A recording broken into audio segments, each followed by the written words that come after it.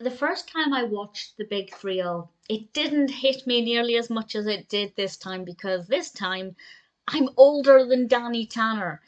This is the 11th episode of the first season of Full House, and obviously Danny Tanner turns 30. And I was in my late 20s when I watched this the first time, and watching it now, I'm 31, so I refuse to believe any of this, to be perfectly honest. Danny's obviously very anxious about turning 30, and he starts to question where they're going and where his life is heading, and he reflects on the past, which is nice because we get a few, not many, but a few anecdotes about his childhood or teenagehood friendship with Joy, which is always nice. And Joy and Jesse and Stephanie and DJ are planning a surprise party for Danny. That played out really well. Stephanie handing out the cheese sticks was adorable. Really enjoyed that.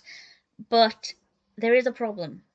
Jesse is planning on getting Danny a present to go in Bullet being Danny's car, but something happens to the car.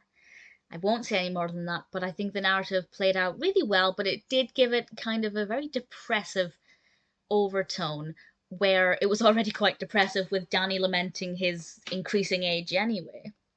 So it's definitely not the most jolly episode. There are some comedic moments, of course, but it's thought provoking about age and milestone birthdays, and it's just hard to believe how much time has passed even since this episode was released.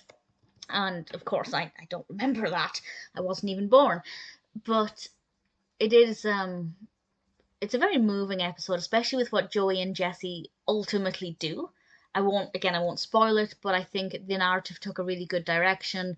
And it's really nice to see the car as well, because obviously in the intro we always see the car, and it's nice to actually have a look at it up close because it's such an iconic image related to Full House that it's just nice to see Bullet up close and personal, even if he looks a little worse for wear after what happens. Michelle was particularly cute in this episode, as is always the case. Yeah, it's a really good episode, but I think for me, watching it either side of being 30 was definitely a very interesting experience. But I refuse to believe that I'm older than Danny Tanner is in this episode.